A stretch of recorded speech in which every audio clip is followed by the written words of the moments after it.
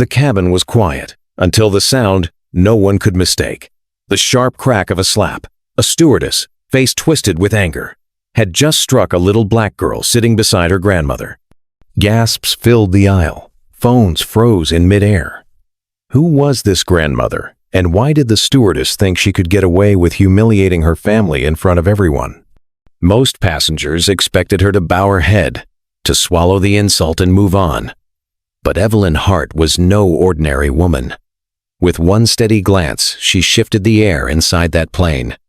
And with one phone call, she set off a chain of events that would end careers, topple silence, and force an airline to rewrite its rules before the wheels even touched the ground.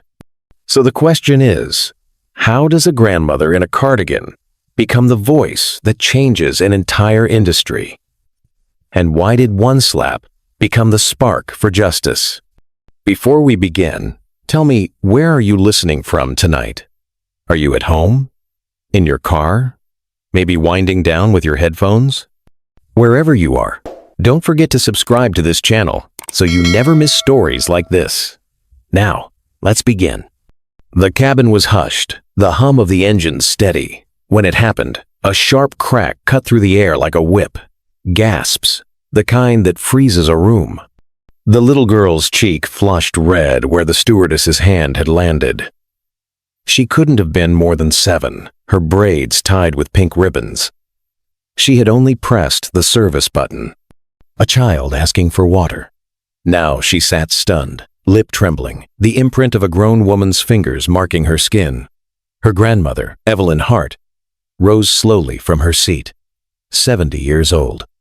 A cardigan draped over her shoulders, reading glasses on a chain around her neck. Not a wealthy mogul in appearance. Just another black grandmother traveling with her granddaughter. The stewardess Karen Doyle snapped first. This child has been pressing that button every 5 minutes, disturbing the whole cabin. Evelyn's voice was soft, low, but it carried. She asked once for water. That was all. She's disruptive. Karen's cheeks were blotched with anger. Children need discipline when they can't follow rules. A man 2 rows behind pulled out his phone, angling it toward the scene. Someone whispered, "Did she just slap that little girl?" The whispers spread, multiplying, filling the silence that followed the strike. Evelyn knelt beside her granddaughter, touching her face gently. "Are you hurt, baby?" The girl shook her head, but her eyes watered. She leaned against her grandmother's shoulder. "Sit down, ma'am," Karen barked. "We're about to taxi. If you don't comply, I'll have you both removed." Phones were everywhere now. Recording, streaming. A young man muttered, "This is insane," while fumbling with his screen. Evelyn did not raise her voice. She adjusted her glasses, then looked at the stewardess with a calm that felt heavier than shouting. "You struck a child, my grandchild, and now you threaten us for existing in the seat we paid for?" Karen stiffened. "I enforce order here. If passengers can't respect crew authority, they can leave." An elderly white passenger leaned across the aisle. "Maybe it was just a misunderstanding. Don't make a scene. Don't make a scene." The words fell like stones. Always the command to shrink, to disappear, to accept. Evelyn straightened. She did not shrink. She did not disappear. "We will not be moving." Karen's jaw clenched. "Then I'll call the captain." The cabin buzzed like a hive. Some passengers turned away, pretending not to see. Others filmed with wide eyes. The weight of centuries pressed invisibly into that narrow aisle. The expectation that a black woman would bow, would appease, would survive quietly. Evelyn remained standing, still, centered. Her phone vibrated in the side pocket of her purse. She drew it out slowly. The screen lit her face.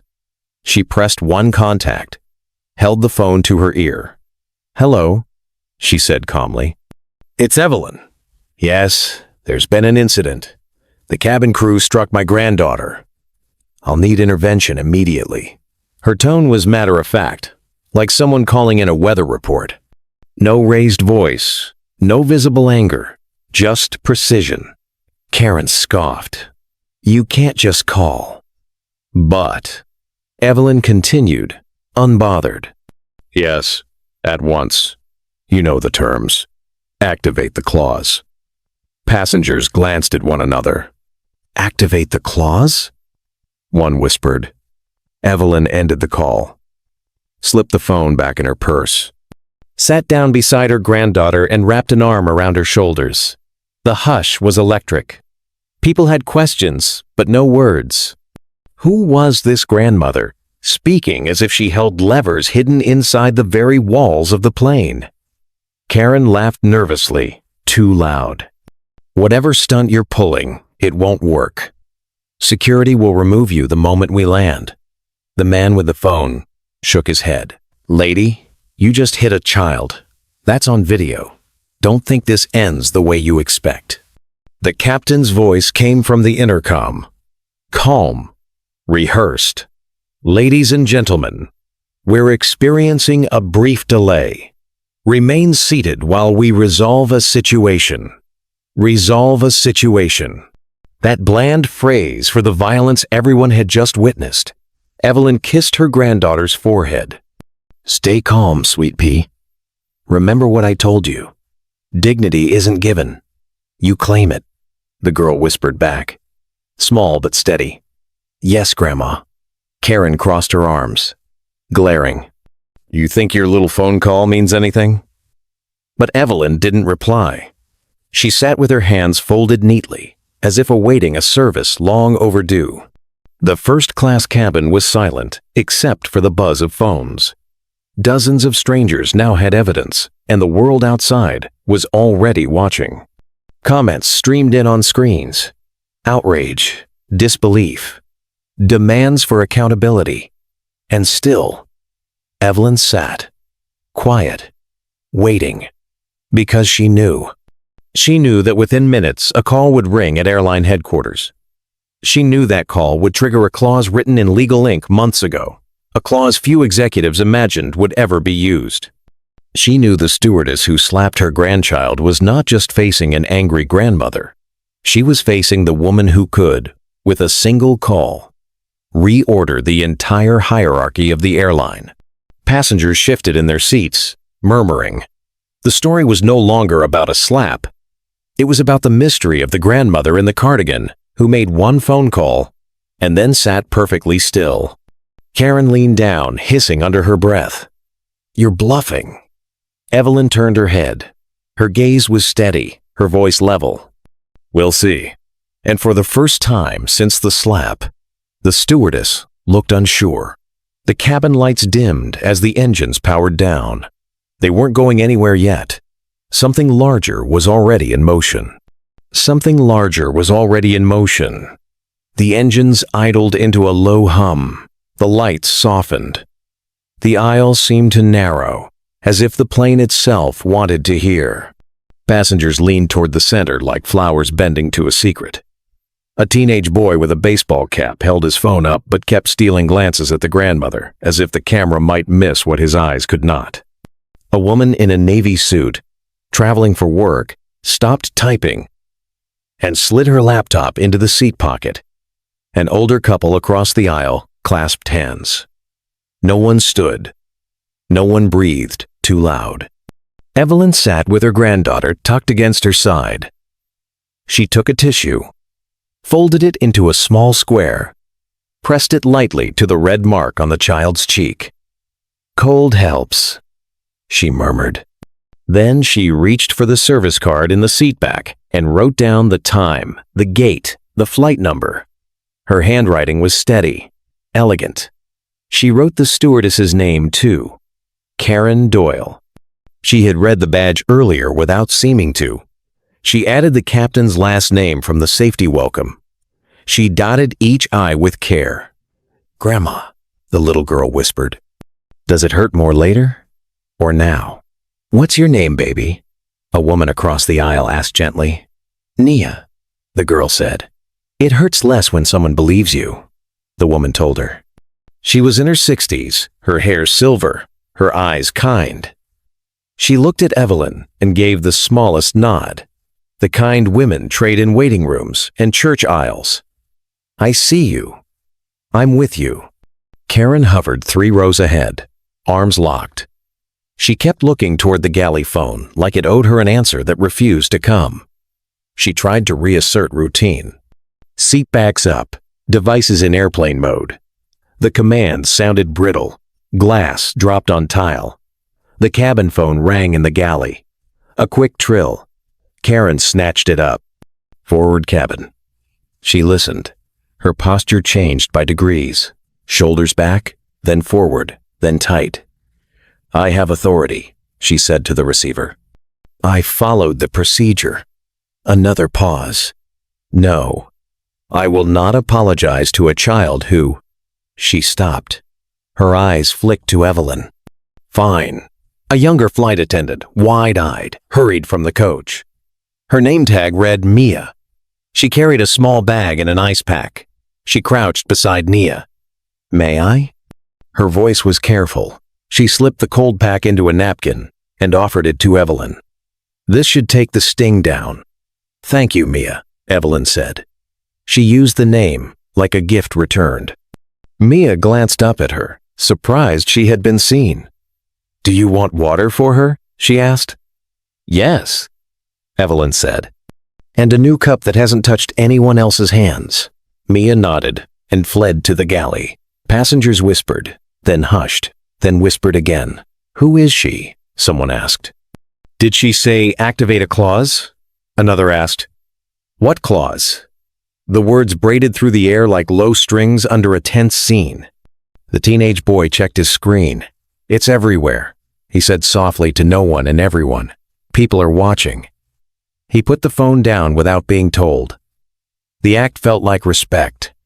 At the window, a man in his 70s, a retired bus driver by his cap, watched the jet bridge attach again. They're bringing us back, he muttered. You don't do that unless something serious happens. The door reopened. The gate agent who stepped in was a black woman in her 50s, with perfect posture and tired eyes. Her badge said Patrice. She took one look at Nia, then at Evelyn, then at Karen. She didn't speak. She made a call. Forward cabin. I need a floor supervisor. Now. Her tone held the weight of experience. No theatrics, only facts. Evelyn leaned to Nia. Count with me, she whispered. In for 4, out for 6. They breathed together. Nia's shoulders loosened a fraction. The captain emerged from the cockpit, uniform crisp, hair smoothed by habit. He paused at the threshold as if stepping into a courtroom. Folks, he said, voice trained for calm, we are holding at the gate for a short while. He didn't look at Evelyn at first. He looked at Karen, then Patrice. Then he saw the list in Evelyn's hand, the times written in neat blue ink. He saw her calm, which was not submission. He walked over. Ma'am, I'm Captain Hargrove. We're investigating. In the meantime, please remain seated. Evelyn nodded once. I'm seated. He lifted his chin at the ice pack. Is the child injured? She was struck, Evelyn said evenly. That is the injury. I mean, does she need medical attention? We'll accept a medic once we've documented the names in the sequence of events, Evelyn said. In order. Hargrove's eyes narrowed almost imperceptibly. In order, he repeated, as if the phrase had memories. Mia returned with water and 2 paper cups. She poured without touching the rim and handed the cup to Nia like it was something sacred. Sip, she said. She looked at Karen, then down. 2 men in suits appeared in the doorway behind Patrice. No jackets, lanyards tucked under shirts. They spoke softly with her, then one stepped onto the plane. I'm looking for Ms. Hart, he said, voice carrying. Heads turned. The entire cabin pivoted like a school of fish at once. Karen's mouth opened, then shut. Evelyn did not lift her hand. I'm right here, she said. The man approached with controlled politeness. Ms. Hart, may we speak for a moment in the galley? We will speak here, Evelyn said. Beside my granddaughter. Your staff may listen, and the passengers may hear. Transparency is my preference today." The man hesitated. He had the look of someone used to quiet corridors and closed doors. He adjusted. "Understood," he said. Patrice stood at the front like a pillar. "Before any conversation, Miss Hart, I want to say I'm sorry for what you and your granddaughter experienced," she said, voice steady, "in public. This is not the standard we promise." Karen made a sound in her throat. "We're undermining crew authority in front of passengers now?" Patrice didn't look at her. She kept her gaze on Evelyn. "I will stay until this is resolved." Evelyn inclined her head. Acceptance given, not asked for. The man in the suit spoke again, quieter. "Ms. Hart, we received a call. We are to expect further instructions." He searched for a phrase and settled on the blandest one. "From above, from above," someone whispered. The plane might as well have been a chapel. A woman in a window seat, mid-70s, leaned toward her husband. "She reminds me of Deacon Ruth," she murmured. "The way she sits, the way she makes men hurry without raising her voice." In the coach, word had traveled like warm air. People craned necks, peered over seatbacks, passed pieces of the story up and down the aisle. A slap, a grandmother, a phone call, a delay that was not just a delay. Mia spoke softly to Nia. "Do you like puzzles?" she asked. Nia nodded. "This is a breathing puzzle," Mia said. "Match my hands." She lifted a palm, counted with fingers. In, out. Nia matched the rhythm. Her breathing evened. Evelyn watched the young attendant with gratitude that did not need words. She wrote Mia's name on her list. She put a small star next to it. Karen stepped forward, voice tight. "Captain, I expect support." I followed. Captain Hargrove held up a hand. He was listening to the overhead speaker in the galley.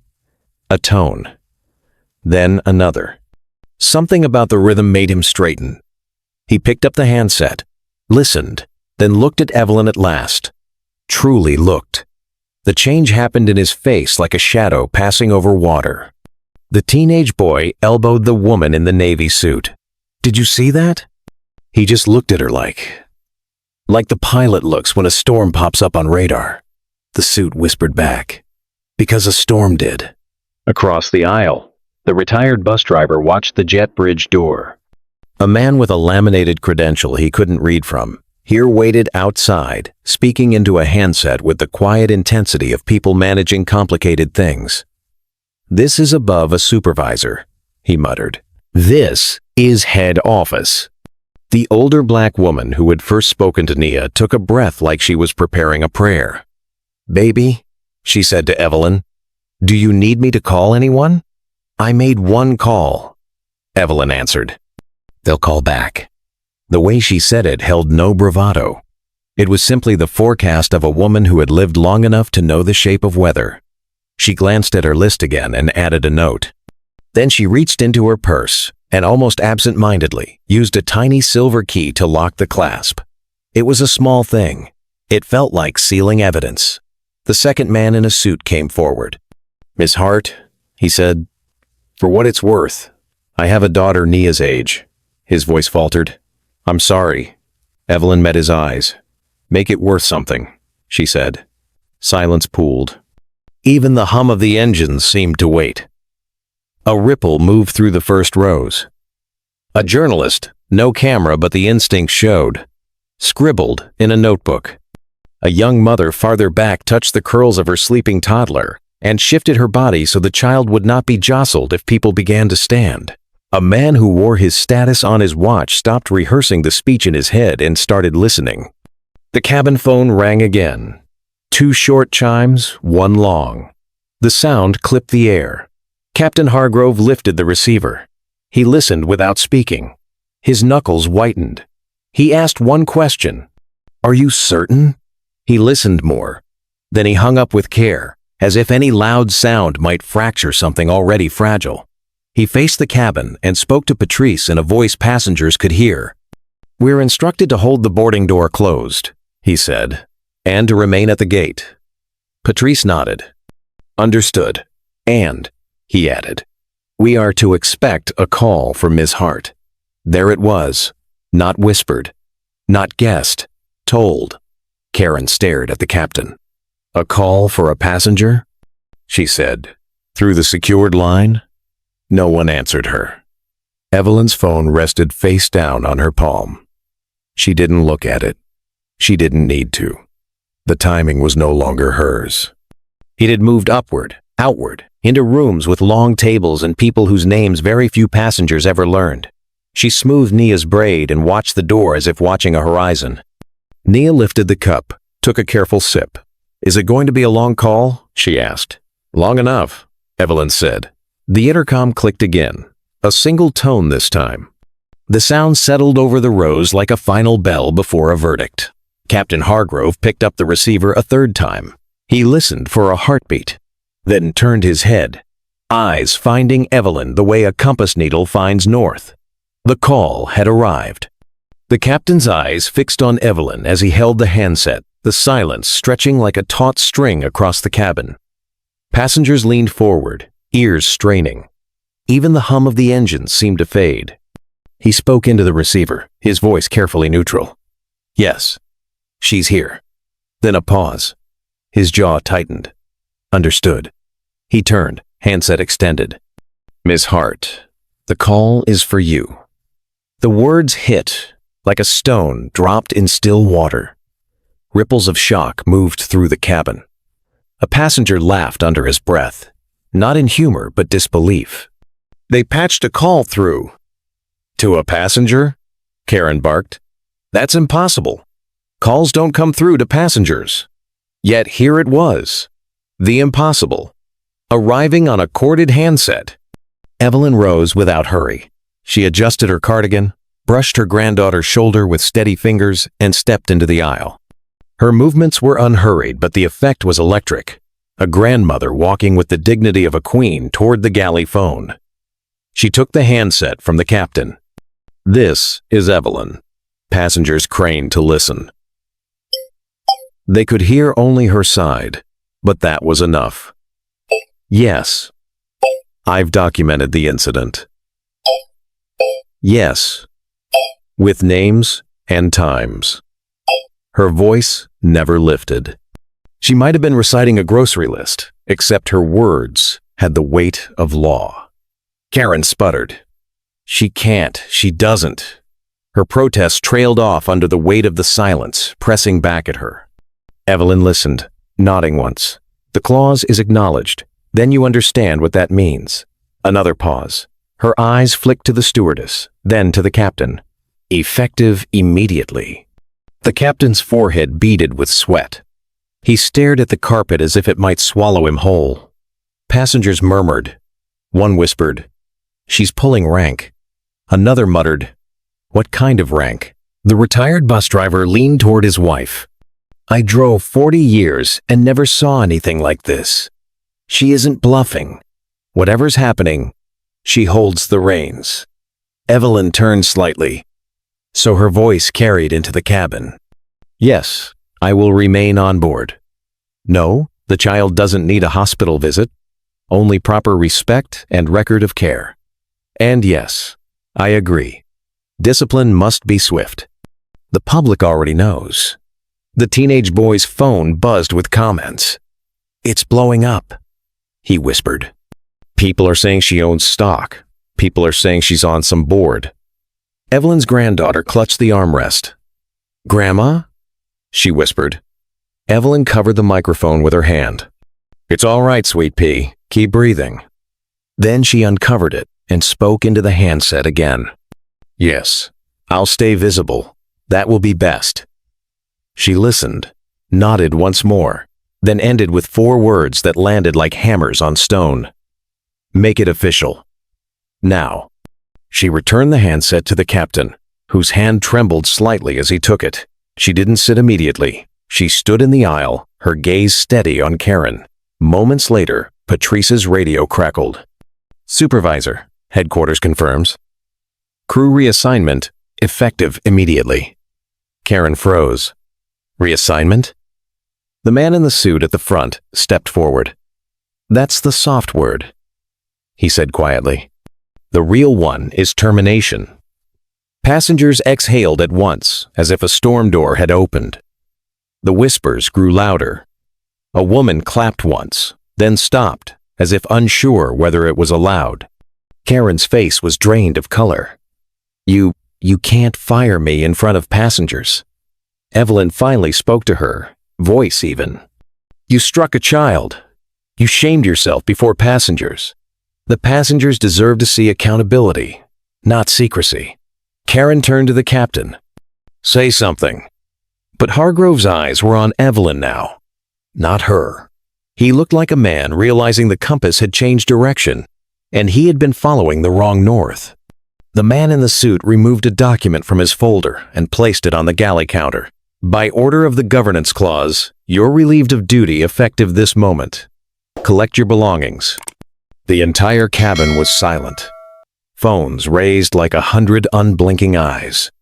Karen opened her mouth, closed it, then snatched her bag from the overhead bin.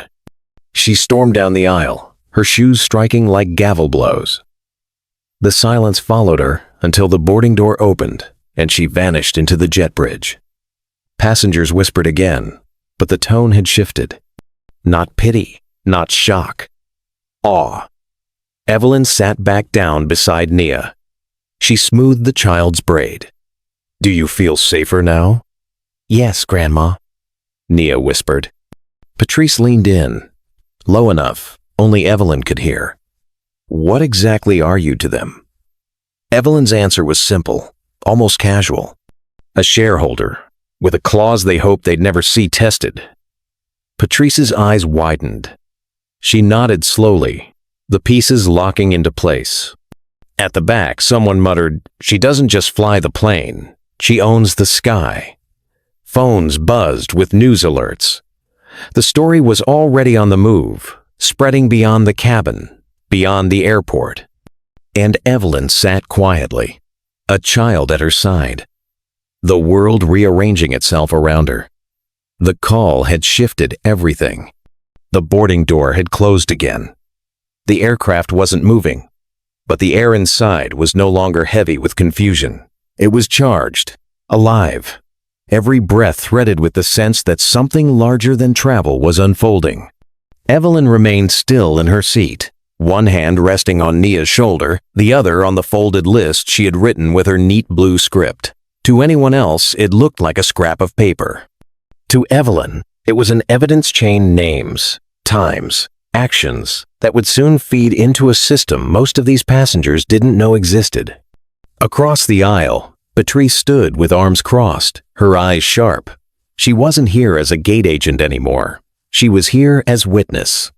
The two men in suits lingered near the galley, not daring to leave, waiting for instructions that no longer came from the captain. Captain Hargrove had retreated toward the cockpit door, but he hadn't gone inside.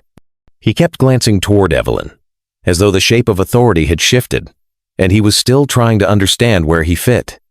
Passengers whispered, phones buzzing.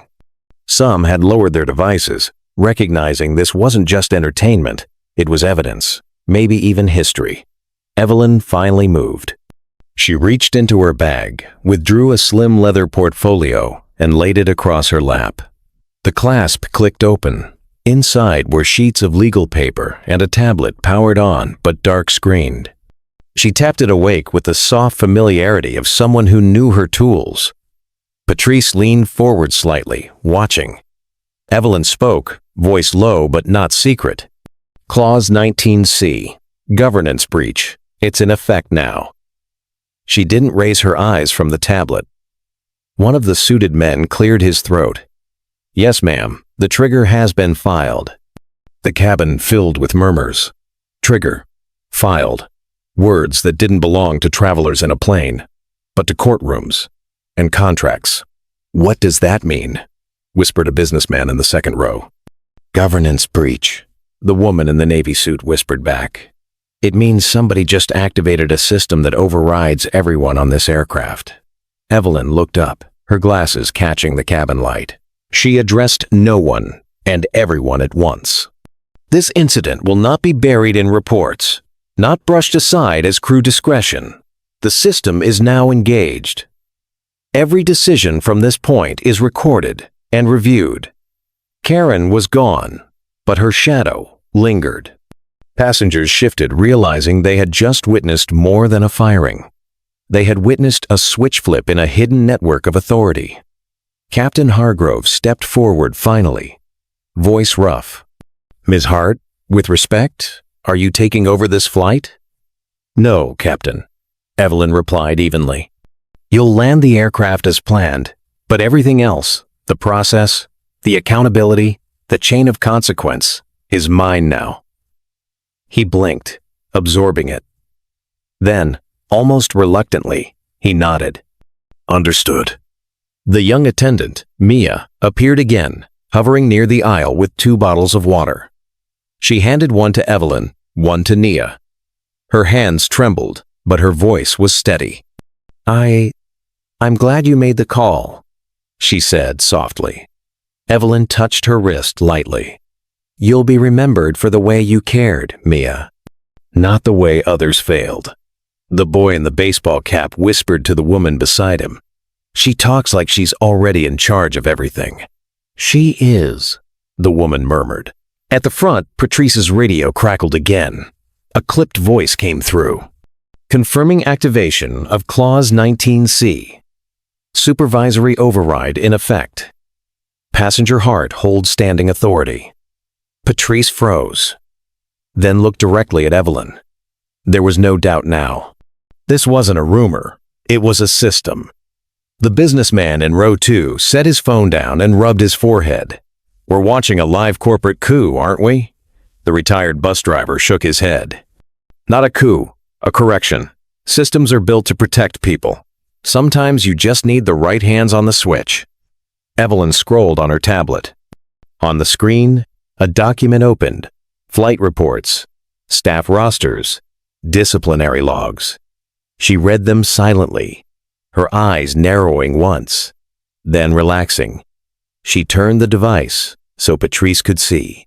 2 prior complaints, Evelyn said. Same attendant, same pattern, both closed without action. That ends today. Passengers rustled, the weight of revelation prickling their skin. This wasn't about one slap anymore. It was about a chain of failures, ignored until a grandmother decided enough was enough. Nia leaned against her shoulder. "Grandma, are you fixing it?" Evelyn kissed her hair. "Yes, sweet pea. Fixing it so the next little girl won't be touched." Phones vibrated again. News outlets already spreading word of a shareholder override in progress mid-flight. Tweets, streams, headlines. But inside the cabin, it was quieter now. The kind of quiet when people realize they're inside a story that will be told later in boardrooms and living rooms alike. Evelyn folded her list carefully, slipped it back into her portfolio, and closed the clasp. She looked around the cabin, her eyes calm but sharp. "This isn't about punishment," she said clearly. "It's about systems. If the system protects abuse, it fails. If it corrects abuse, it earns trust." No one argued. The engines remained idle. Outside, through the windows, the ground crew bustled nervously, but inside, the true work had already begun. The grandmother in the cardigan was no longer just a passenger. She was the system, and everyone in the cabin knew it. The hum of the engines had become background, forgotten, as if the aircraft itself knew it wasn't going anywhere until the deeper turbulence cleared. What had started as an altercation between a stewardess and a grandmother had swelled into something that felt larger, heavier. The passengers knew it. They could see it in the way Evelyn's fingers scrolled calmly across her tablet, in the way the suited men shifted their stance, no longer certain whether they were guarding her or answering to her. The cabin was a stage, and the audience was the world, through 1,000 phones and streams already rolling. The first ripple came as a chime on Patrice's radio. "Supervisor? HQ requests confirmation. Passenger Hart is recognized under the clause. She is authorized to review crew conduct in real time." Patrice repeated it aloud, her tone professional, but her eyes betrayed disbelief. Passengers reacted like spectators at a trial, whispering, nodding, shaking their heads. The words were plain. Authorized to review crew conduct. Not an advisory. Not a suggestion. Evelyn looked at the passengers around her. Transparency matters. You've seen the strike. Now you'll see the remedy. She tapped her screen. A list appeared, glowing against her glasses. Complaint logs. Closed without action. She tilted the screen so Mia, the young attendant, could read. Mia's eyes widened. 3 complaints? She whispered. 2 closed for lack of evidence, Evelyn replied. 1 marked unfounded. But patterns speak louder than denials. Passengers murmured louder now, not just whispers, but conversation. The businessman in row 2 leaned forward, voice low but urgent. I work in compliance. She's showing us suppressed data. If that's true. He didn't finish. The implications were already visible in the lines of his face. A young woman farther back, recording, spoke into her phone for her live audience. Y'all, we just saw it. A grandmother on this flight has access to the airline's internal logs. She's showing proof that complaints about discrimination were buried. The revelation spread like sparks in dry grass. Heron, standing stiff near the galley door, though already dismissed, snapped. Passengers don't have clearance for those files. This is some trick. Evelyn didn't raise her head. Do you want me to read the dates and times of your last 2 customer complaints, Ms. Doyle, or should we spare you further humiliation? Karen's mouth closed. Her eyes darted around, searching for support, finding none. Captain Hargrove stepped forward again. Ms. Hart, with respect, this is highly irregular. These logs are corporate property. Evelyn's eyes lifted slowly. Her voice was calm. So is 23% of this airline. The number detonated in the cabin. Passengers reacted audibly. A gasp, a low curse, a laugh of disbelief. Phones captured every syllable. The boy in the baseball cap whispered, She owns part of the airline. The older woman who had comforted Nia earlier crossed her arms, her voice firm.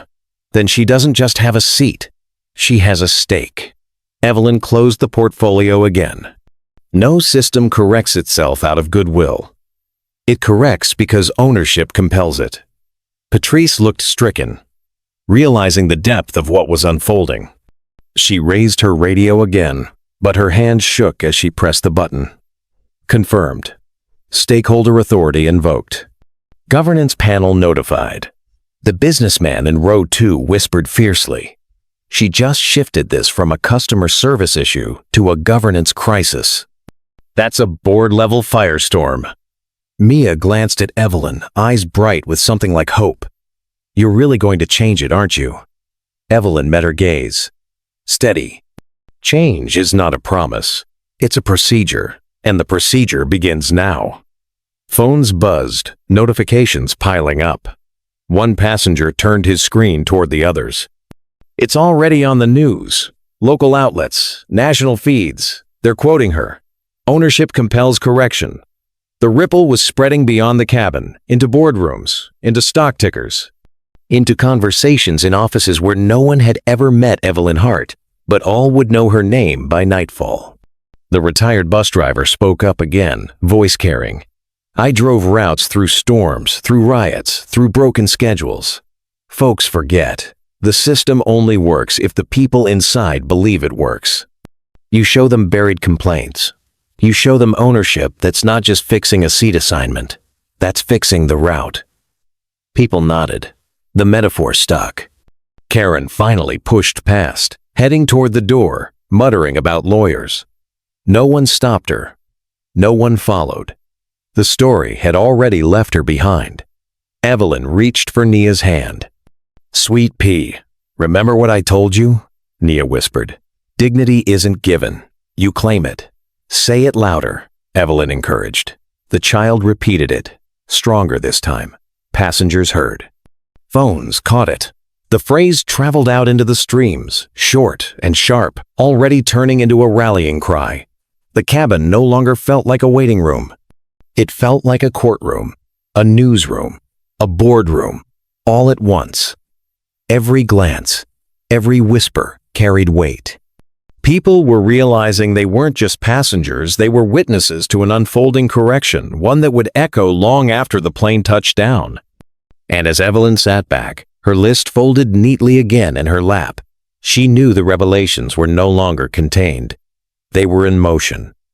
The system had no choice but to follow. The aircraft finally began to roll back from the gate. The mechanical groan of the wheels and the faint jolt of movement should have signaled normalcy. Passengers usually relaxed then, resigned to hours of routine flight. But nothing was routine now. Every set of eyes kept drifting to row 3, seat C, where Evelyn Hart sat with her granddaughter tucked close.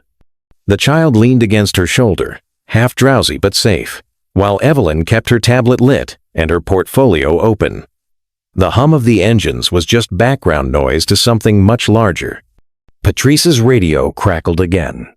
Supervisor, confirm visual status of passenger Hart.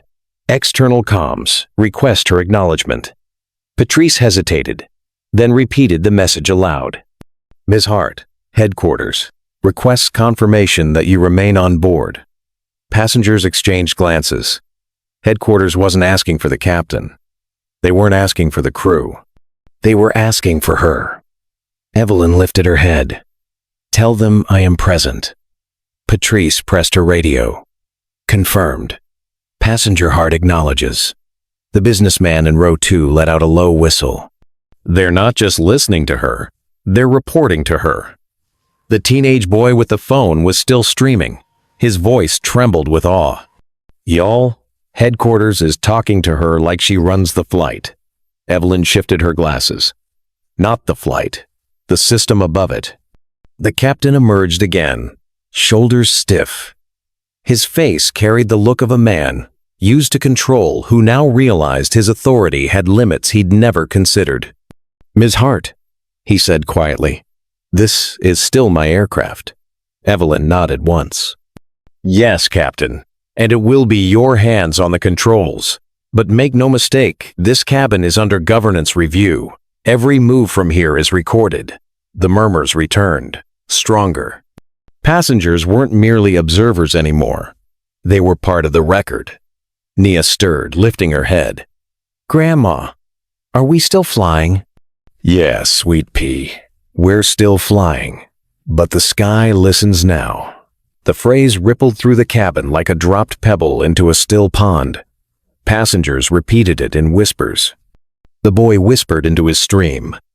The sky listens now. The engines roared louder as the plane angled toward the runway.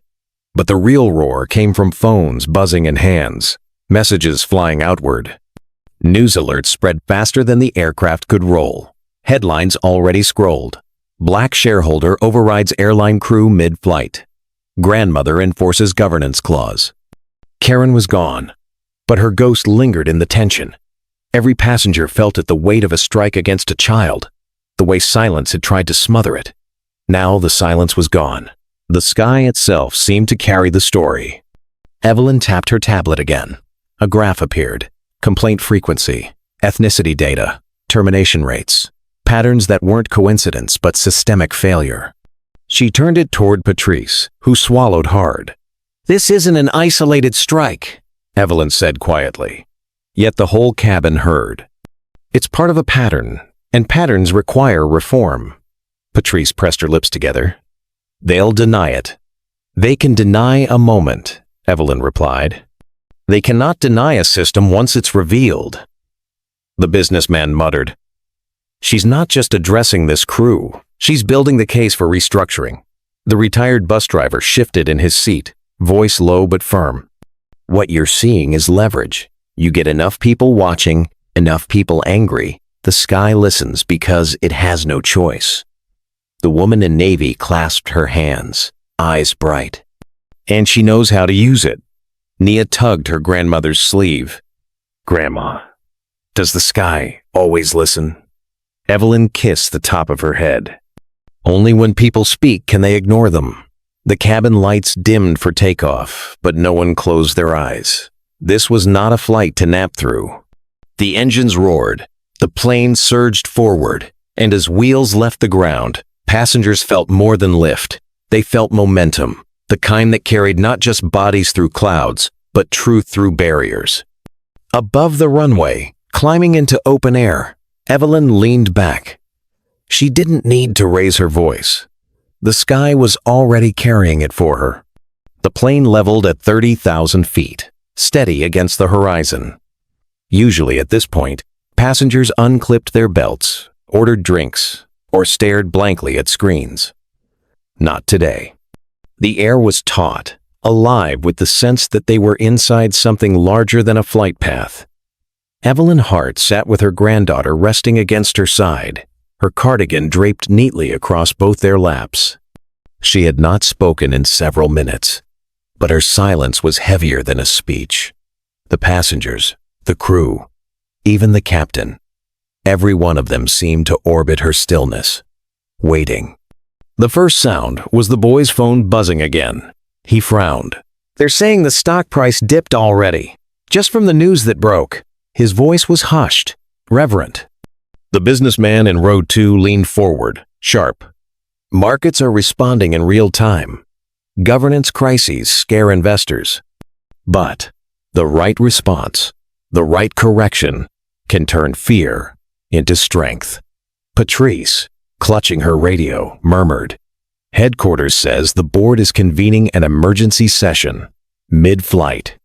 They're asking for live updates." On her eyes flicked toward Evelyn. The murmurs swelled. This wasn't gossip anymore. This was history bending in real time. Evelyn finally lifted her head. She adjusted her glasses, her voice calm but carrying. This airline thought silence could cover misconduct. They thought patterns of harm could be closed without consequence. But silence has weight. And today, it broke. Her words landed like stones in water. Every passenger leaned closer. Karen wasn't there to hear them, but her absence felt loud. Every eye remembered her hand, the slap that had set this chain in motion. And now Evelyn named it for what it was: not an isolated act, but the tip of something systemic. The retired bus driver nodded slowly, voice rough with memory. "I know that silence. Years on the job, complaints ignored, people told to keep moving, keep quiet. The day someone speaks loud enough to shatter it, that's the day the route changes." Mia, the young attendant, stepped into the aisle, trembling but brave. I filed one of those complaints," she confessed. Gasps rippled. She swallowed. It was her. Karen. She cornered me in the galley 2 months ago. I reported it. They closed it. Without action. Evelyn turned toward her. "And you carried that weight alone." Mia nodded, tears in her eyes. "Yes, until now." Passengers clapped softly, not in mockery, but solidarity. Phones rose higher, recording her confession. The cabin had become a courtroom and a sanctuary at once. Patrice whispered into her radio, relaying the moment live. Her hands no longer shook. There was strength in transmitting truth. Evelyn's gaze swept the rows. This isn't about a single slap. It is about how harm festers when institutions shield themselves instead of people, when silence is treated as policy. The businessman muttered, "She's not just speaking to us, she's speaking to the board through us." The teenage boy's stream comments scrolled faster. "She's exposing them. She's bigger than the crew. She's bigger than the airline." The child stirred, looking up at her grandmother. "Grandma, is it fixed now?" Evelyn cupped her cheek gently. "Not fixed, sweet pea. Begun. Fixing starts when silence breaks." And the silence broke today. The captain emerged again. Shoulders sagged, as though carrying a different kind of burden. He didn't argue this time. He only said, quietly, "What happens when we land?" Evelyn's eyes were steady. "That depends on whether your airline listens to its passengers." or to its conscience. He nodded once, then retreated, a man accepting the limits of his command. The passengers sat straighter now. They weren't merely travelers in transit. They were witnesses, participants, names in the record of an airline being forced into reckoning. The cabin hummed, not with idle chatter, but with history in the making. And for the first time, the weight of silence was gone. It had been broken at 30,000 feet by a grandmother in a cardigan with her granddaughter beside her. And nothing, no altitude, no authority, could press it back into place. The air felt different at 30,000 feet, not thinner, clearer, like a window had been wiped clean, and what lay beyond could finally be seen without smudges. Evelyn didn't raise her voice. She didn't need to. People leaned toward her anyway, drawn the way churchgoers lean toward a hymn they know by heart. Patrice's radio clicked, and a voice spoke low and careful, as if the whole sky were listening. "Supervisor, board level session is active. Standing authority remains with passenger Hart." Patrice repeated only the part that mattered. "Authority remains with Ms. Hart." Mia, the young attendant, stood near their row with her hands folded like a student called to recite. The captain opened the cockpit door and paused there. He looked tired, but not defensive.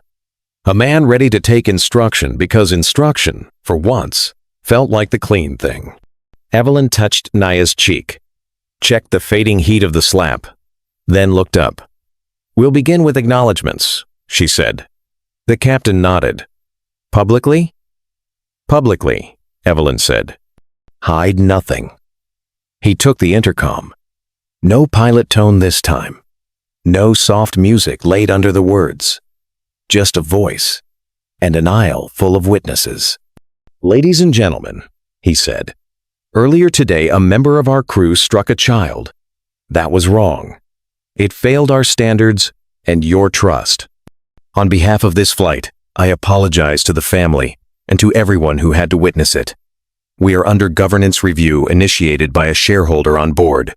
We will cooperate fully. If you wish to provide your account upon landing, we will take your statements and protect your time." He paused, then added, "This will not be buried." When he let go of the intercom, the silence held. It did not break into applause. It settled into something better than noise. Relief shaped like respect. Evelyn turned to Patrice. "Next, immediate care." Patrice nodded. "A medic team will meet the aircraft. Private room. Female clinician if preferred." "Preferred," Evelyn said. "No cameras. A written note acknowledging harm, not a generic form letter.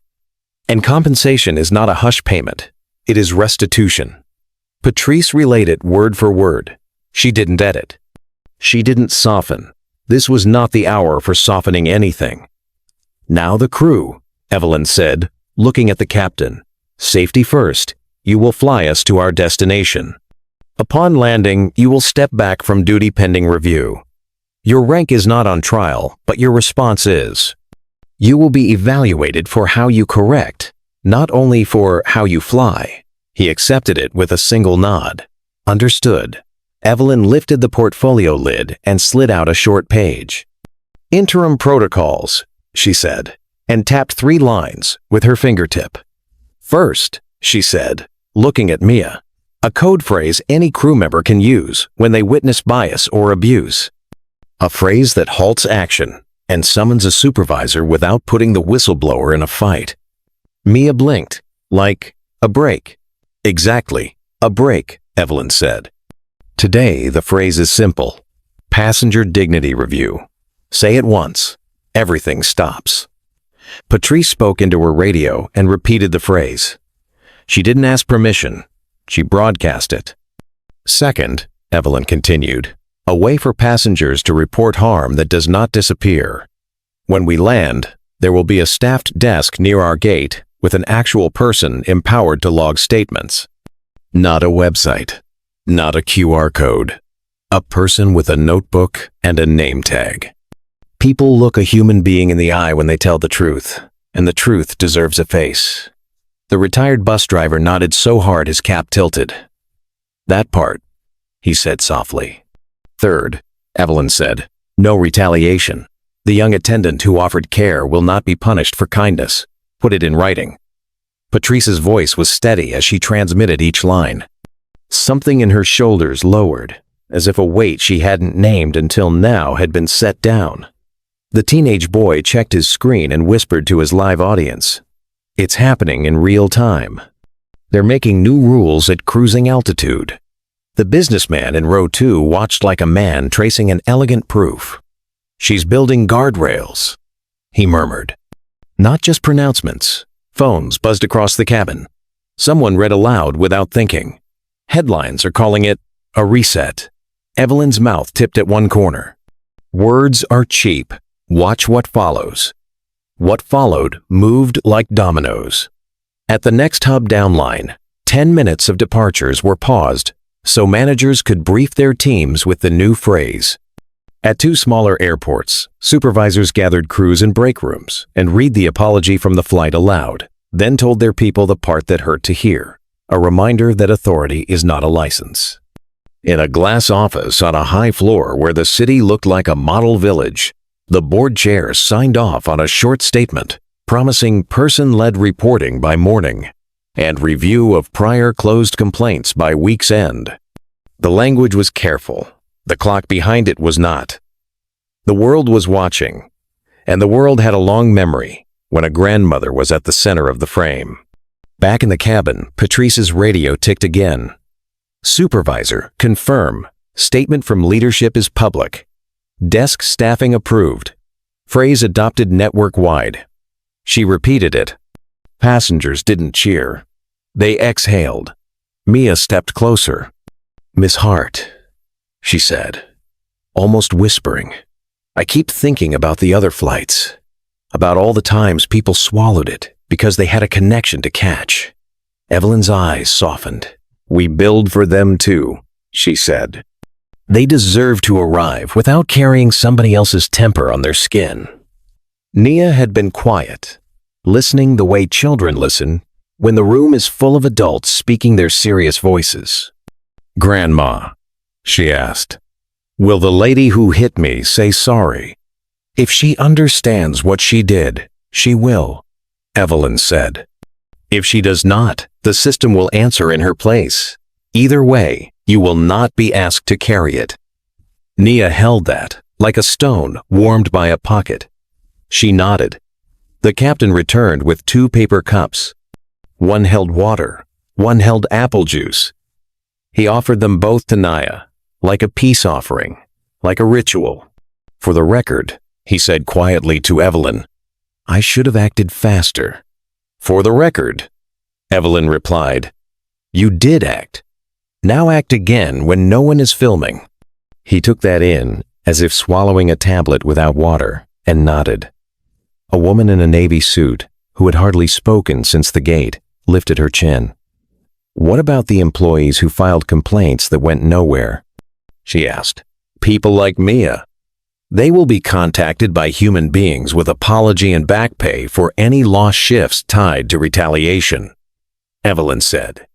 Their names will be on a protected list until the audit is complete, and those who wrote them off will answer for it. Not in a headline, in a performance review that matters. How can you promise that from a seat on row 3? The woman asked, part skeptical, part hopeful. Evelyn's gaze was steady. Because we tied executive bonuses to equity outcomes last year. And because the market is listening. Behavior changes when the money does. The businessman in row 2 made a low sound that was half laugh, half prayer. There it is. The older black woman across the aisle smiled, small and proud. I've waited my whole life to hear someone say it like that in public, she said. Not as charity, as a structure. Evelyn closed the portfolio. She didn't need it now. The rest of the flight was a living document. Patrice's radio chirped one last time. Supervisor, one more item. Leadership requests language for the apology to passengers when we land. Patrice looked at Evelyn. Your words? Evelyn shook her head. Yours, she said. From the people who witness harm, that's who should speak. Patrice thought for a beat, then raised the radio and spoke slowly, choosing each word the way a tailor chooses thread. "We failed a child in our care. We will not ask for your patience. We will earn your trust, starting with this flight." She lowered the radio. People blinked quickly. Even the businessman looked out the window for a few seconds, steadying himself on the sight of clouds like torn linen. The world kept moving outside, miles passing under them, cities waking to alerts, 1,000 screens lighting up over breakfast counters and office desks. In the quiet of the cabin, the adjustments kept clicking into place. Schedules shifted, training time is blocked, supervisors reassigned for cause, not a purge, a recalibration. The difference mattered to Evelyn. Punishment alone never feeds the roots. Structure does. Mia returned with a small envelope. "For Nia's records," she said gently. A written acknowledgement from the captain of what occurred. Signed. No euphemisms. Evelyn accepted it, read it, and slid it into her portfolio. "Thank you," she said. Someday she'll decide whether to keep it or burn it. Either way, it will be hers to choose. The teenage boy glanced up from his phone, his stream still running, but quieter now. "People are saying this feels different," he murmured, "like it won't just blow over by dinner." The retired bus driver answered without turning. "That's because a person who knows the levers pulled them in daylight," he said. "And because we stayed to watch." Evelyn looked down the length of the cabin. Row after row of faces she would never see again after today. "You did more than watch," she said. "You witnessed. That's how systems change. Not with secret meetings, with eyes open." The captain made a final pass through the cabin, not to inspect, but to be seen. He paused at their row. "We'll begin descent soon," he said. "The medical staff will meet us at the gate." Evelyn nodded. "And the desk?" "Set up beside the arrival door," Patrice said. "2 staffers and a supervisor. They're ready with notebooks, not tablets, not forms." "Good," Evelyn said. "A human voice deserves a human ear." The seatbelt sign chimed. The cabin readied for landing. People tucked away their devices and looked at one another the way people do after a storm, taking count of what remains and what has been washed clean. Evelyn smoothed Nia's braid once more and closed her eyes for a single breath. Not a prayer for revenge, a promise of follow-through. When she opened them, the runway was rising to meet them. The system had taken a hit today and, for once, answered with more than a statement. It answered with a reset, not because a grandmother shouted, because she refused to whisper, and because everyone in that cabin agreed to listen. The wheels screeched against the tarmac, a hard kiss of rubber and ground, and the cabin jolted forward.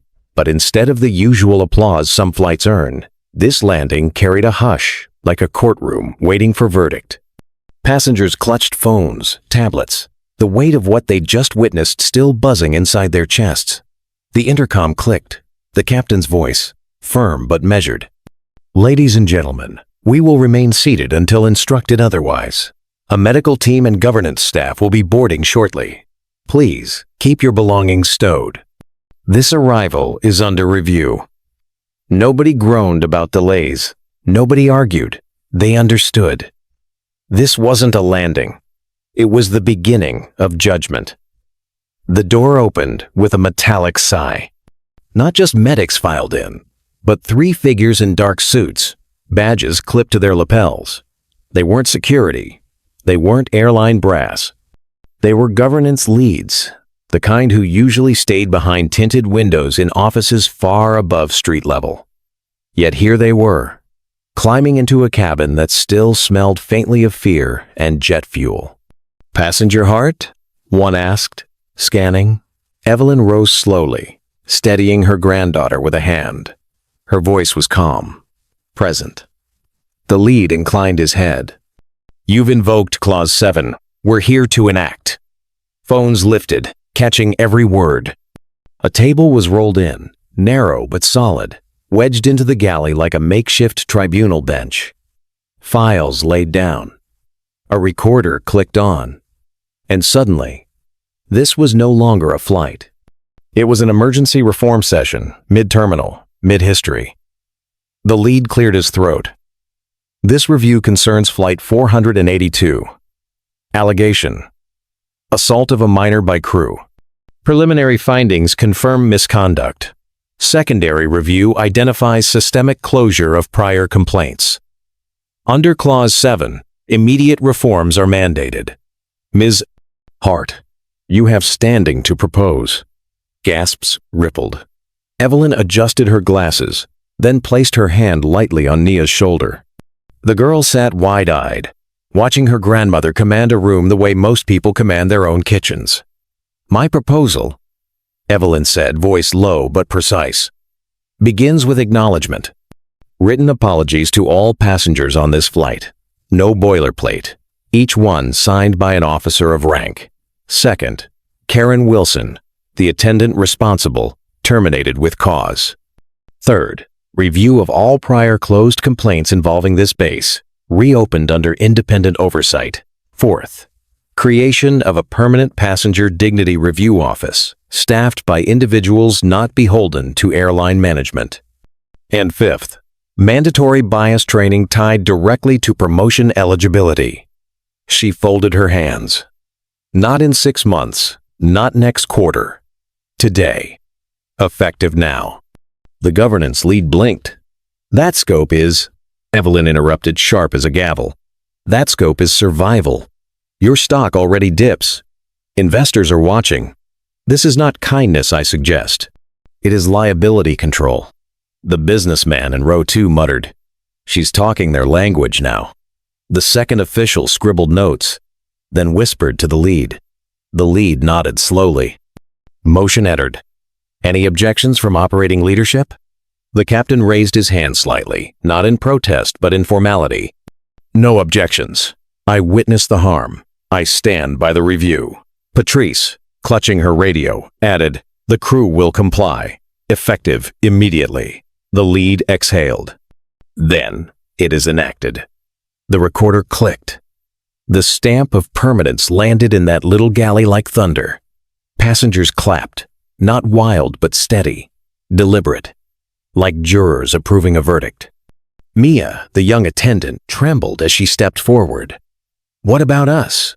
She asked softly. The ones who spoke before and were ignored? Evelyn turned to the officials. Retaliation audit. Every complaint closed with prejudice re-examined. Complainants contacted within 72 hours. Compensation issued where losses proven. The lead hesitated. 72 hours is ambitious. Ambition is the floor, Evelyn said coldly. You will move faster when the world is watching. The boy with the stream whispered into his phone. She's writing policy. In real time. Live. They can't stop her. The governance staff exchanged glances, but none contradicted her. The recorder kept rolling. Nia tugged Evelyn's sleeve. Grandma, does this mean nobody else gets hurt? Evelyn knelt. Eye level with her. It means when someone is hurt, the world won't pretend not to hear. The little girl nodded, her small hand clutching the cardigan tighter. An announcement rolled across the PA. Attention all gates. By order of governance, new review protocols are active. Supervisors, check your channels. Around the airport, screens lit with memos. Gate agents paused, reading. Crews in break rooms frowned, then whispered. Passengers scrolling news saw alerts before their flights even boarded. Airline enacts emergency reform mid-flight after assault incident. Inside the cabin, the air shifted.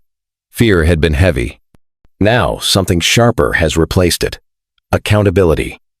The retired bus driver leaned back, a tired smile on his face. Never thought I'd see it in my lifetime, he said. The woman in navy murmured, I came for a trip. I walked into a movement. Evelyn sat again, finally sipping from the paper cup of water Mia had placed at her armrest. She closed her eyes for just a second. Not victory. Focus. Reform was not applause.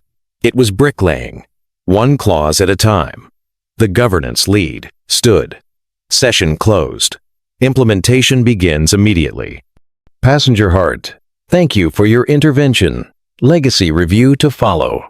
He packed the files, and the officials left as quickly as they'd come. But the imprint stayed. A system had been forced to bend at 30,000 feet and landed still bending. And for everyone watching on the plane, in the terminal, across news feeds and streams, the message was unmistakable. Justice didn't wait for offices anymore.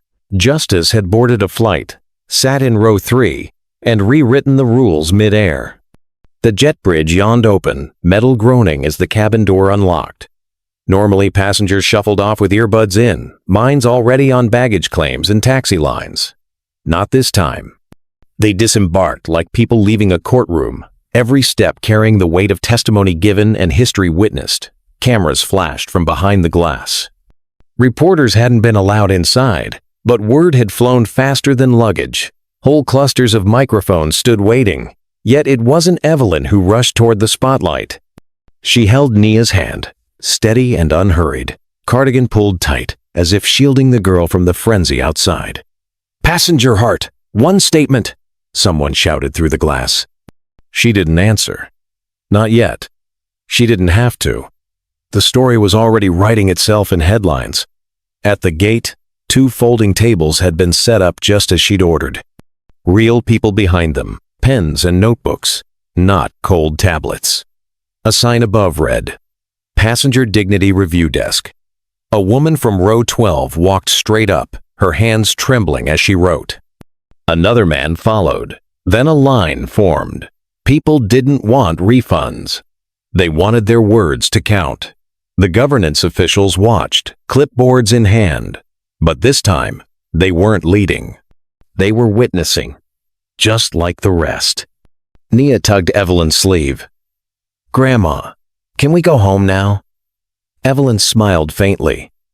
"Soon, baby. First, we make sure the truth is safe." Patrice approached. Radio still clipped but unused. "It's spreading," she whispered. "Other hubs are copying it already. Desk at Dallas, desk at Atlanta. Even smaller airports are printing signs." Mia, still pale but glowing in her own quiet courage, added, "Crew group chats are blowing up. People are saying, 'Finally.'" Evelyn gave a small nod. "Then, let it ripple. Let it be more than one flight." The businessman in row 2 had stayed close, curious. "You know this won't stop here," he said. "Markets are bracing. There will be hearings, maybe firings, maybe new contracts. You've opened the floodgates." Evelyn looked at him evenly. "Floodgates are for holding back water. I prefer rivers. Rivers carve new land." He exhaled, half in awe. "You really are going to change this company." She corrected him gently. "Not me. Us. A grandmother can light the match, but it takes a crowd to carry the flame." The retired bus driver clapped her shoulder as he passed. "I'll be telling my grandkids about this one," he said. "About the lady who wouldn't let a SLAP be buried." The navy-suited woman lingered. "What's next for you, Ms. Hart?" Evelyn tightened her grip on Nia's hand. "Dinner at home, then the boardroom tomorrow." And she meant it. She had no intention of letting momentum die in a terminal. They walked down the concourse, reporters pressing close, cameras flashing. Evelyn finally stopped, turned to face them, and spoke not into microphones, but into the hush of bodies leaning forward. "My granddaughter was struck today by someone entrusted to protect her. That is not just a mistake. That is a system failing. We responded with reform. But reform is not the end. It is the beginning. Every passenger deserves dignity, not as a privilege, but as a right. If airlines cannot remember that, the people will remind them." The words landed heavy, then scattered like seeds. Reporters scrambled to relay them, typing furiously. Headlines would carry them within minutes. She turned back, leading Nia through the crowd. The little girl clutched her hand and whispered, "Did we win, Grandma?" Evelyn didn't pause. "We started winning, and we won't stop until the rules remember the people they're written for." They disappeared into the terminal, leaving behind a ripple already growing into a tide. Airports across the country were rearranging desks, writing memos, holding hasty meetings. Airline stocks trembled, investors demanded clarity, and regulators sniffed opportunity. But for the passengers who walked off Flight 482, it wasn't numbers or markets they would remember. It was the cardigan grandmother who turned silence into thunder, who carried her granddaughter down the jet bridge, not as a victim, but as proof that power can be claimed in the very moment it is denied. And as the doors of the terminal closed behind them, a truth rang clear across airwaves, newspapers, and dinner tables alike. Justice doesn't always arrive in courtrooms or capitals. Sometimes it lands at Gate C-23, carried in the hands of a grandmother who refused to look away. Morning broke with headlines so loud they drowned out weather reports and sports scores. Every paper, every digital feed, every local anchor wore the same astonishment. Black grandmother forces airline reform mid-flight. Some called it unprecedented, others called it chaos. Evelyn Hart called it overdue. She sat in her kitchen, robe wrapped around her shoulders, coffee steaming in a chipped mug she'd owned since her nursing days. The house smelled faintly of cinnamon toast Nia's request for breakfast after the storm of the previous day. The girl hummed at the table, crayons scattered, sketching airplanes with little hearts on the wings. The phone rang. Evelyn ignored it. It rang again, then again, until Patrice's voice finally bled through voicemail. "Miss Hart, it's Patrice. Governance is convening at 9. They want you present. It's not optional." Evelyn sipped her coffee. She didn't rush. She'd faced life and death moments in hospital wards, raised children through riots and layoffs, buried friends the world had forgotten. A boardroom would not frighten her. When she arrived downtown, security ushered her past a lobby crowded with reporters. She did not answer their shouts. The elevator lifted her toward glass floors and leather chairs, where power usually spoke in whispers. Inside the boardroom, the atmosphere was taut, like fabric stretched too far. Executives in navy suits looked tired, faces pale under fluorescent light. They were not used to being summoned. They were used to summoning. The chair cleared his throat. "Ms. Hart, you've created quite a situation." Evelyn placed her worn leather portfolio on the polished table. "I didn't create it. Your people did. I revealed it." Murmurs. One executive bristled. "You're asking for sweeping change on the basis of one incident. That's not what?" Evelyn's eyes cut to him. "Not significant? Not enough to force your hand? A child was struck. On your watch. Do you need more children bruised before you move?" The room fell still. Patrice entered with a stack of printed reports. "Complaint backlog," she said, laying them down. 160 cases closed without action, many identical to what happened yesterday. Executives shifted uncomfortably. Their numbers had betrayed them. Evelyn leaned forward. "You've built walls around your conscience with policies and fine print. Those walls cracked yesterday. People saw daylight through them, and daylight spreads." The chair rubbed his temple. "What do you propose, beyond the emergency measures already enacted?" Evelyn opened her portfolio. 3 things. Her voice did not tremble. First, a permanent equity division with budgetary independence. No more token diversity committees. Real teeth. Second, binding agreements that retaliation against whistleblowers ends in termination for the retaliator, not the complainant. Third, executive compensation tied directly to passenger dignity scores. You fail the people. You fail your paycheck. Silence pressed against the glass walls. Outside, the city buzzed. Inside, it was Judgment Day. One woman, younger than the rest, finally spoke. "And if we refuse?" Evelyn clasped her hands. "Then your stock will bleed until investors fire you themselves. The world already knows what you allowed. Refusal is not an option. Not anymore." The chair's pen tapped, sharp against the table. Then, slowly, he signed the motion to convene an immediate vote. Pages slid across the table. Executives added signatures. Some grim, Some resigned. When the last pen stopped moving, Patrice lifted the documents, voice steady.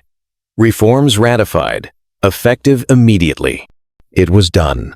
Not with riots, not with lawsuits, but with a grandmother's persistence, a child's wound, and a cabin full of witnesses who refused to look away. As Evelyn left the tower, reporters surged. She stopped, raised her hand for quiet. "My granddaughter will heal," she said. But healing is not enough. The world should not require the bruises of children to remember its conscience. Let yesterday stand as proof. Silence serves no one but the abuser. Speak, witness, demand better. That is how systems bend. That is how we claim dignity. Her words lit the air like sparks. Cameras flashed. Questions flew. But Evelyn did not linger.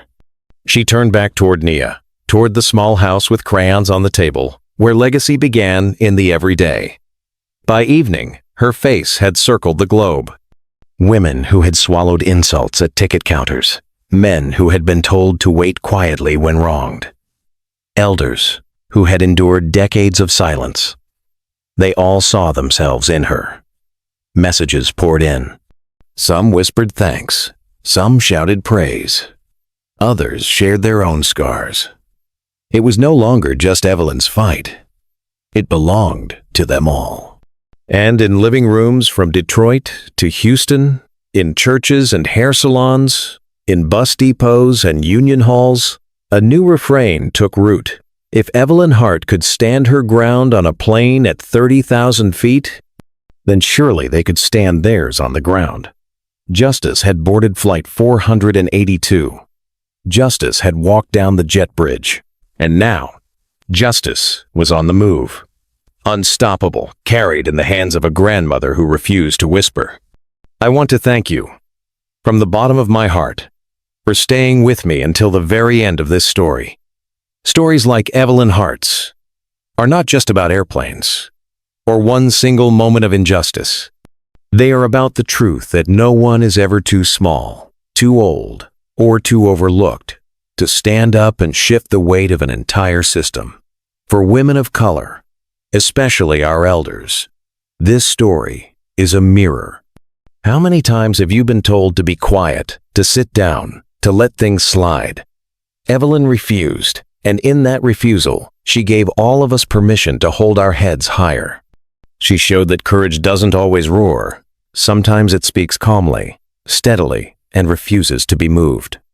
I hope as you listened, you saw yourself, your mother, your auntie, your grandmother, women who carried dignity, even when the world tried to strip it away. And I hope you carry forward this message. Change begins when ordinary people refuse silence. If this story touched you, please leave a comment, share it with someone who needs encouragement, and make sure to like and subscribe to this channel. Together, we keep the fire alive.